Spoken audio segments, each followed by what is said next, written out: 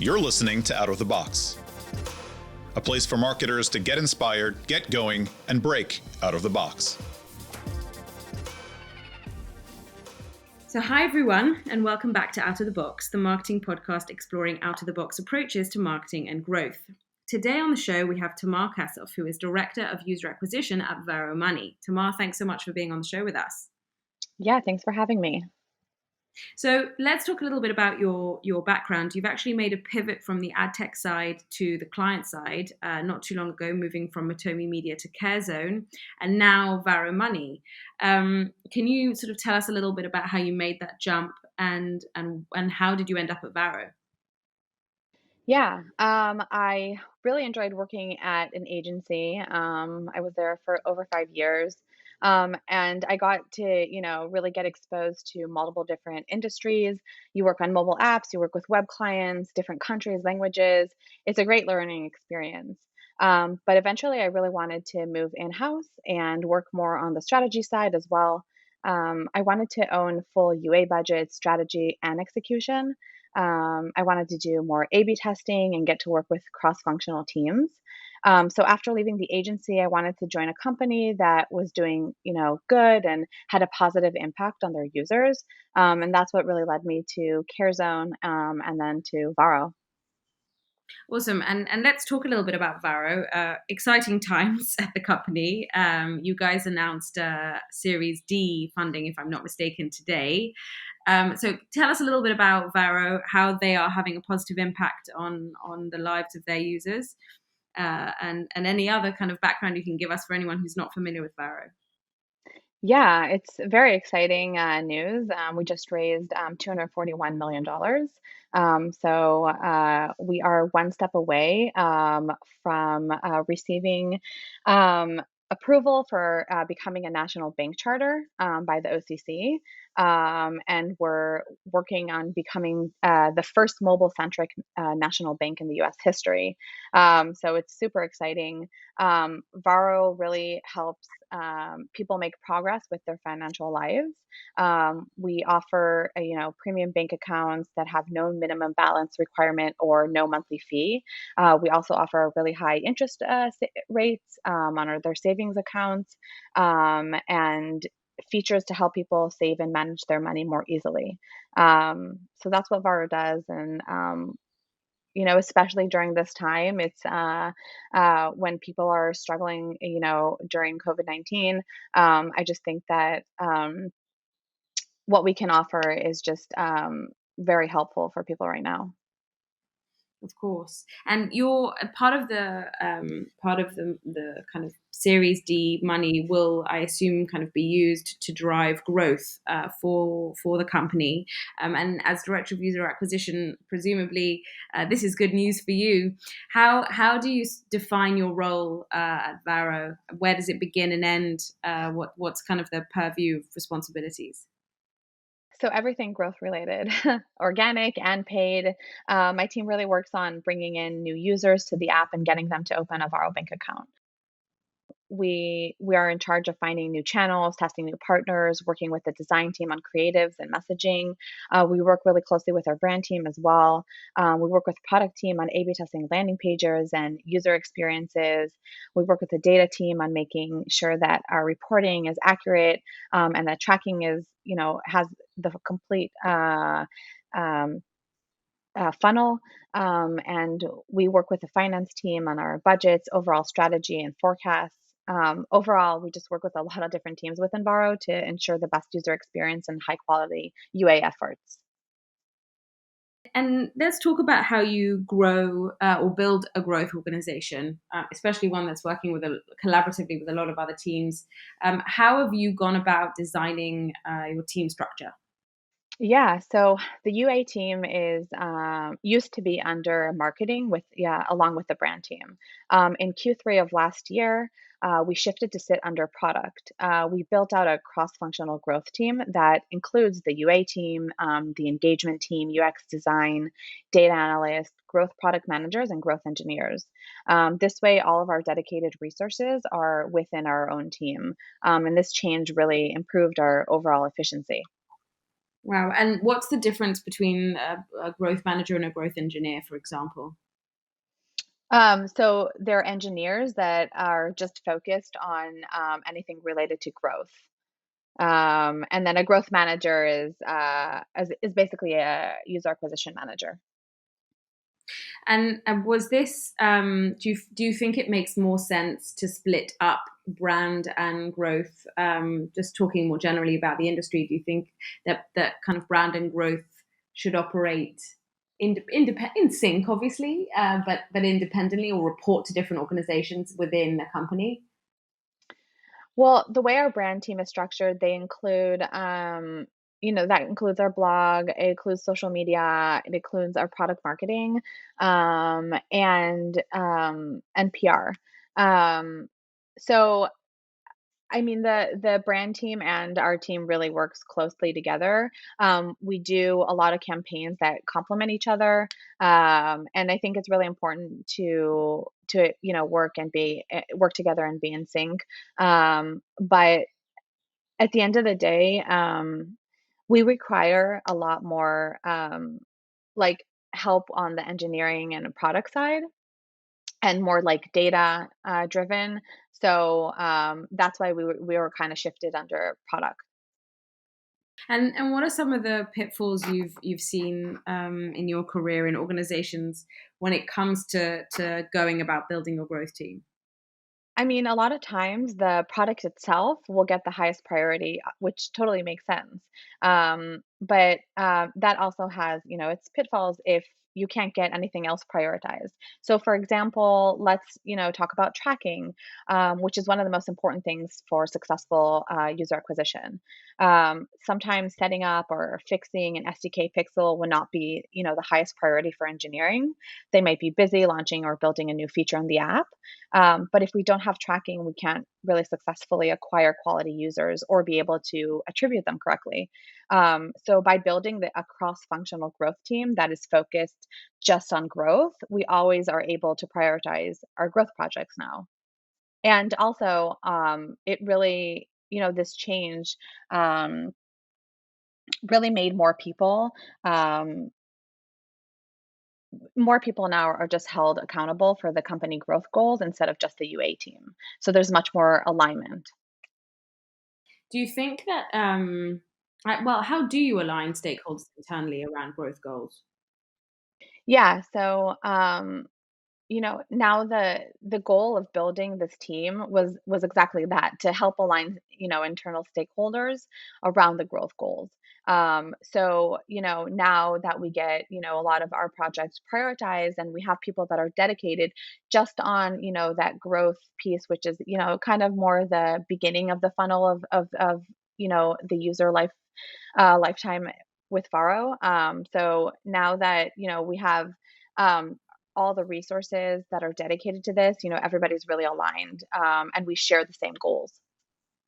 Do you think there's more? Have you noticed an increase in investment of and recognition of the importance of growth inside, sort of in on the client side over the last few years?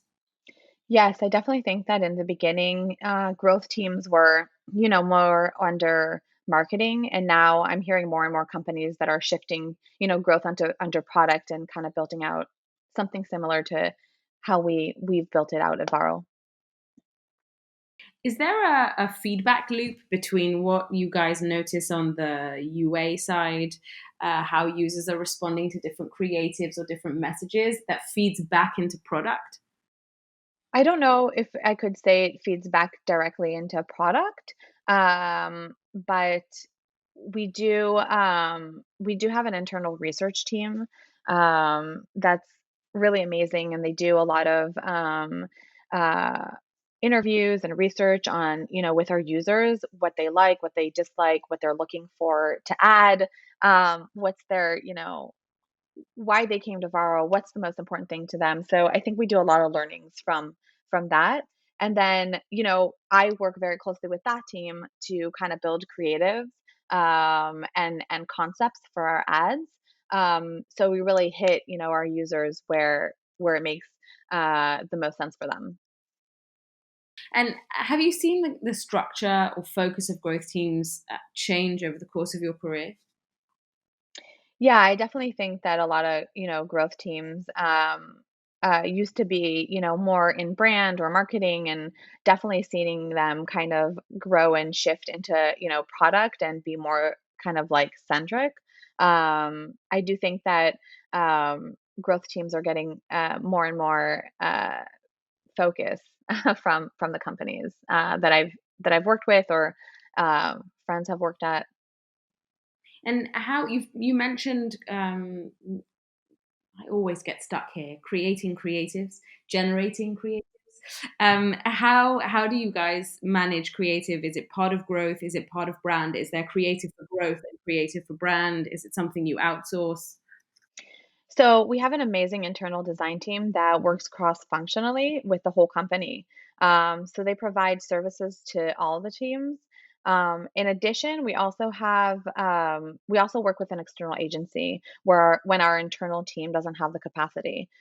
UA definitely requires a lot of design support, so it's great to always have a backup for our internal team. And but are concepts normally something that are driven internally, and then it's more execution that you'll outsource if demand is high? Yes, it's always driven internally, performance based. And how do you balance that analytical, data driven side and the creative or conceptual driven side of marketing? I think at the end of the day, numbers will really tell the true story. You need to look at the actual performance in order to determine if creative is working or not. We are always open to testing new creatives and concepts, but we look at the numbers to decide if they're basically successful or not. It makes sense. It would make my life very tough because I'm very bad with numbers, but you can't argue with them. So, what are some of the challenges you found? Varo is obviously a banking app, in the fintech space. What are some of the challenges that you face there, within the context of growth, in that vertical? In this vertical, there are a lot of regulations, restrictions, and requirements that can be challenging at times when it comes to finance. For instance, all of our ads and messaging needs to be approved by our compliance team. Um, so we need to make sure that our messaging is accurate, not misleading. A lot of times we have to have like legal requirements, so it can make it harder to create ads. And do you find, I mean, this is a more general question, but do you find that generally users are um, hesitant or excited by the prospect of banking online or digitally, or through their phones? I mean, I can remember a few years ago the first time I started making purchases on my phone, and it felt just a tiny little bit risky. Of course, now I'm used to it, and you do it without a second thought. How does that sort of express itself when it comes to taking your banking digital as well? Yeah, I think the fact that we have, a really big support team and a customer service line that you can call in and email, and our responses are really quickly. So it's not that you're handing your money into the unknown. There's definitely a human that will answer the phone if you have any questions. So I think that's a really big, a strong selling point that we have, that, people do feel comfortable. A lot of people call in and have questions, and, we're really there to help you and address any concerns that you might have. So I definitely think that, more and more companies and just overall like services are, shifting more into becoming digital, and especially during this time where a lot of us are still at home, and it you can't even go to, your brick and mortar bank, then, it just makes sense to have everything digital. And you talked a little bit about tracking. How have you, or have you had to take a different approach when it comes to attribution and targeting for Varo than for other products you've worked on? I think it's very different from product to product and how you target users. It really depends on the product itself and who it speaks to. So At CareZone, our targeting was much more focused and narrow to a specific audience, since the product offered a solution for a problem that not everybody has. At Varo, I think the audience is a little bit more broader since everybody needs a bank account. It's more about, a matter of if you want a digital bank account instead of a traditional bank account. So it really depends on your experience and what you're looking for. I think our job is to really tell you the benefits of why you should open a Varo bank account. And talking more generally, we've talked about a trend of investing more in kind of resources for growth teams, and also structuring them separately as opposed to having them be a subset of marketing. What other growth trends have you seen picking up steam in 2020? It's a tough one, right? Because you're going to have to mention Corona. So you could talk about 2019 if you prefer.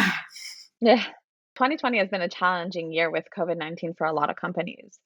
We have been lucky to have not had such a negative impact from COVID as other companies suffered from. I think overall, most fintech companies are seeing kind of a similar trend to ours.